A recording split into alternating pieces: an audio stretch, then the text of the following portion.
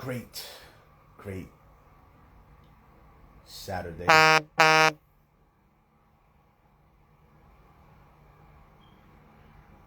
Great Saturday. Seventh day.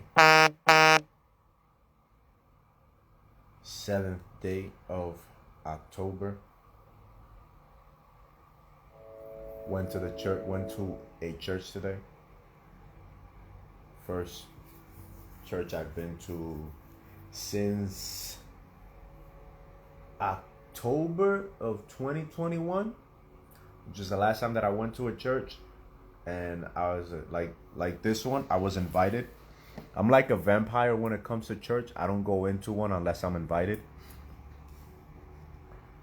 The only church that I've been to not without being invited to over the last 10 plus year is the one in Dominican Republic, which I grew up going to.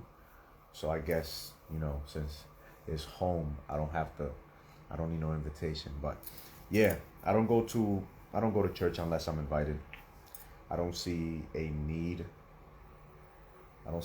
for me to go to any physical church, since I live in prayer in the original church of man, of the source of creation, what we call God.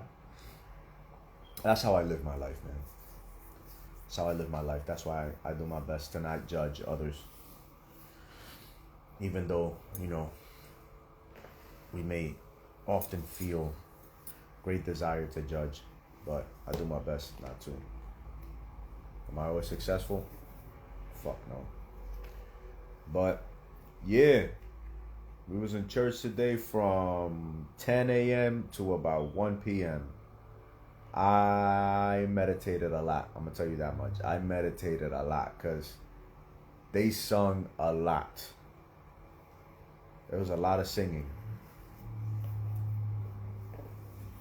A lot of the bucket going around. I'm like, let me not rush the process. Let me drink my tea, my mocha, my cellular elixir with my TAC in it, and just enjoy the show. You get what I'm saying? Make the best of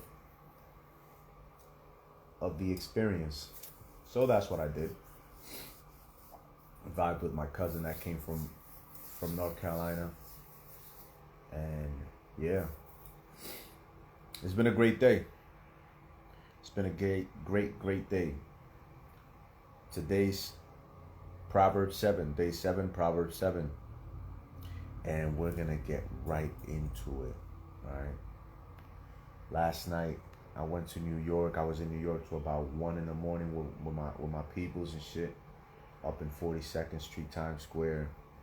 And I wasn't able to do the proverbial reading all the way up until like 1:30, but gotta keep the promises, gotta be accountable to the goals that I've set for myself. You know what I'm saying? That's the best thing that we can do, is just remain accountable. Whether it is one person watching or 1,000 watching, we got to do the work. We got to do the work that has been given to us to do if we wish to reap the results of the outcome of our vision. We got to live in the process. We got to make the best we can out of the suck. We are on day 15 of meditating outside, doing some Tomo breathing. I eat Wim Hof breathing, but they're called Tomo breathing and breath of fire. So day 15 of that whole experience, that whole journey. Looking to see how far we can carry that one. Weather's starting to get a little cooler outside. Cold shower this rising. 100 calf raises to start the day. Didn't do anything else physical other than that. But it's the little things, man. It's the little things that make us extraordinary. It's doing the little things extra well. Making our bed in the morning, brushing our teeth, cleaning ourselves up. You know what I'm saying? Hygiene, etc. Cold showers rather than hot showers. Stretching rather than just not doing anything. Moisturizing your body. Keeping your place as orderly as possible.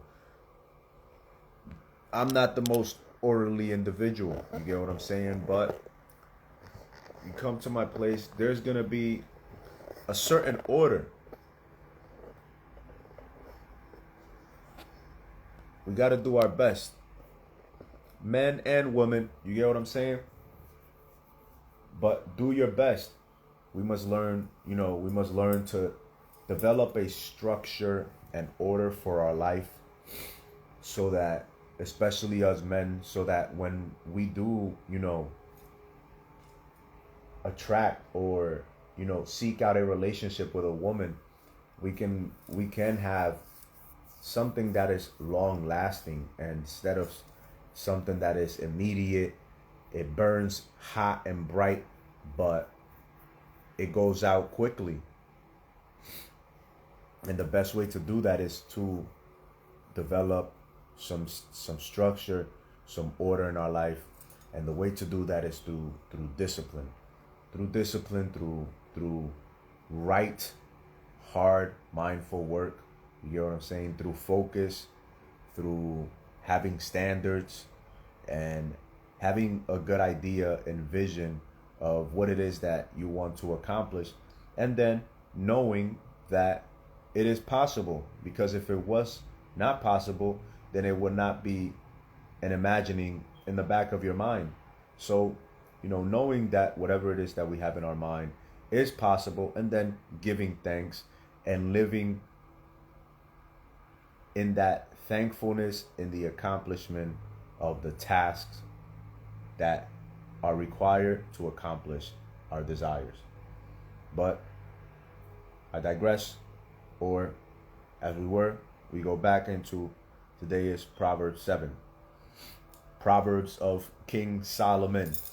And we have said that Solomon, or soul of man, is the soul of man, or the sun and moon, the masculine and the feminine within the human temple, this fleshly temple that is the home, the church, the tabernacle, the embodied word of the universal consciousness, the all, the creator of creation that we call God, Allah, Almighty, Adonai, Yehovah, Yahweh, etc., etc., etc. All those beautiful, lovely logos that we have set forth to describe that infinite intelligence.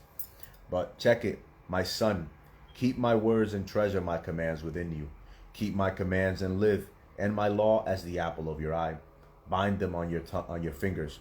Write them on the tablet of your heart. Say to wisdom, you are my sister, and call understanding your nearest kin, that they may keep you from the immoral woman, from the seductress who flatters with her words. For at the window of my house, I looked through my lattice. I saw among the simple and perceived among the youth a young man devoid of understanding, passing along the streets near her corner. And he took the path to her house, in the twilight, in the evening, in the black and dark night. And there a woman met him with the attire of a harlot, and a crafty heart. She was loud and rebellious. Her feet would not stay at home.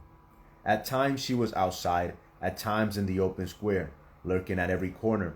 So she called him and kissed him. With an impudent face she said to him, I have peace offerings with me. Today I have paid my vows. So I came out to meet you, diligently to seek your face, and I have found you. I have spread my bed with tapestry-colored coverings of Egyptian linen. I have perfumed my bed with myrrh, aloes, and cinnamon. Come, let us take of our fill of love until morning. Let us delight ourselves with love, for my husband is not at home. Watch that, family. Watch the words and crafty lips of an immoral woman, because they will surely lead you astray. She said, for my husband is not at home. He has gone on a long journey. He has taken a bag of money with him and will come on the appointed day. With her enticing speech, she caused him to yield. With her flattering lips, she seduced him. Immediately he went after her, as an ox goes to the slaughter, or as a fool to the correction of the stocks, till an arrow struck his liver, as a bird hastens to the snare. He did not know it would cost his life. Now therefore listen to me, my children. Pay attention to the words of my mouth.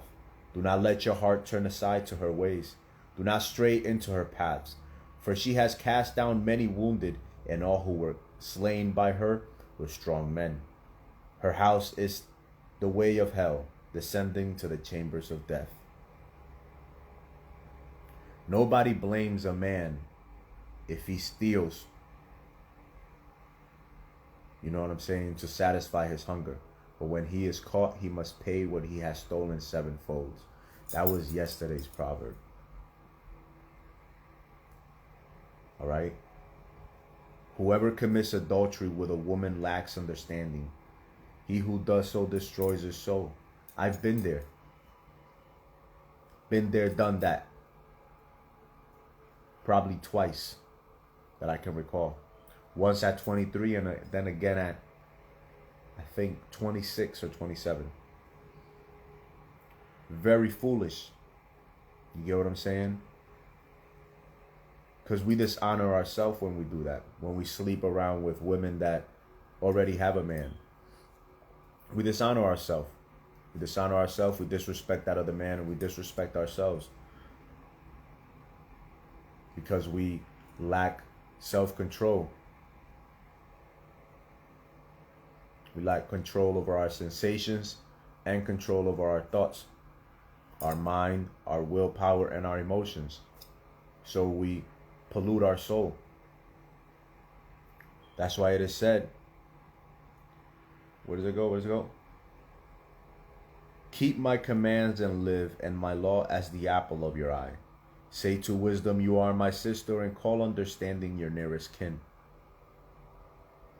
In seeking wisdom and in seeking understanding, we are kept from behaving in ignorant and self-destructive fashions and indulging in habits that are not conducive towards us becoming the individual that we wish to become, that is able to command rather than ask for respect, that is able to command rather than ask for love, that is able to command appreciation rather than ask for it.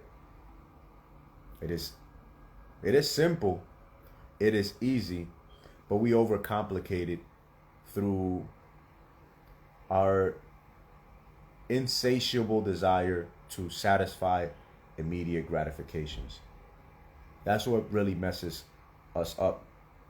We are so focused on satisfying the immediate gratifications, the desires of our senses, of our, our taste, touch, smell, sight, our hearing,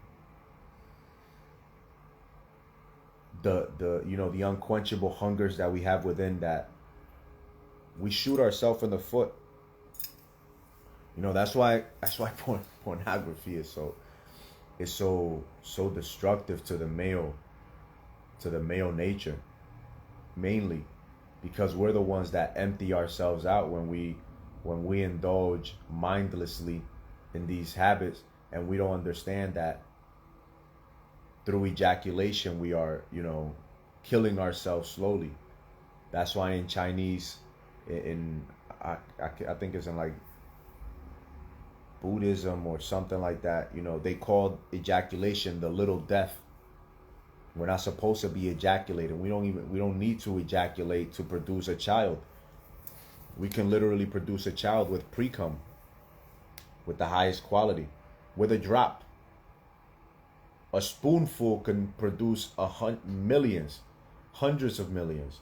You get what I'm saying? Tens of millions of children can impregnate tens of millions of women with just a teaspoon of semen. So just imagine dumping that senselessly. And then, we become even more destructive when we start indulging in sexual depravity with immoral women. Women that just want your energy, your attention, your time, your mental space, and your mental resources. Mental and material resources. That's why we need to be mindful. The number of beautiful women to quality men, the number is exponential. So therefore, we don't need to rush into relationships with women that are below our standards, below our preferences. If you've worked as a man, if you've worked to achieve a certain level of self-mastery and self-development, and to develop a certain level of mastery over material resources, there is no reason why you need to submit or acquiesce or settle for any woman that is below your standards. I'm not going to name any because I don't want to hurt the feelings of any fool, but you can come up with your standards. You don't have to be vocal and blunt about it. You could simply reject or not even entertain any woman that does not meet those standards. And the same thing for you ladies. You get what I'm saying? Develop your standards, develop the order that makes sense for the kind of man that you wish to attract. Become a wife before you seek to be wifed. Become a wife before you seek to be wifed. Don't go into a relationship not being a wife, expecting husband treatment from a man that you don't expect to treat like your husband until he somehow submits to you. So get on your game, gents. Especially gents. Get on your game. Ladies, learn to study men. Don't be so naive and so ignorant. Understand your own nature as well, so that you're able to push past your nature to go off your feelings, so that the relationships that you end up developing, you're able to work through your own BS so that they can be fruitful. If the individual is not verbally or physically abusing you, there is no reason for you to leave that relationship. That you don't feel like it, that's your motherfucking business. Fix yourself.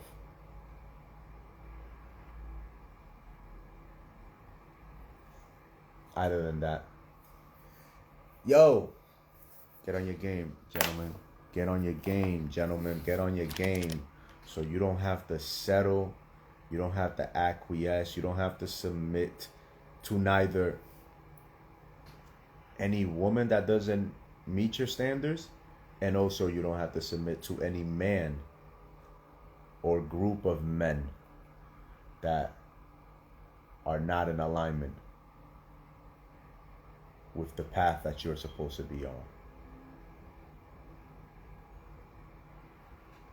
Call understanding what does it say? Say to wisdom, you are my sister. Call understanding my nearest kin, that they may keep you from the way of evil. I'll leave it at that.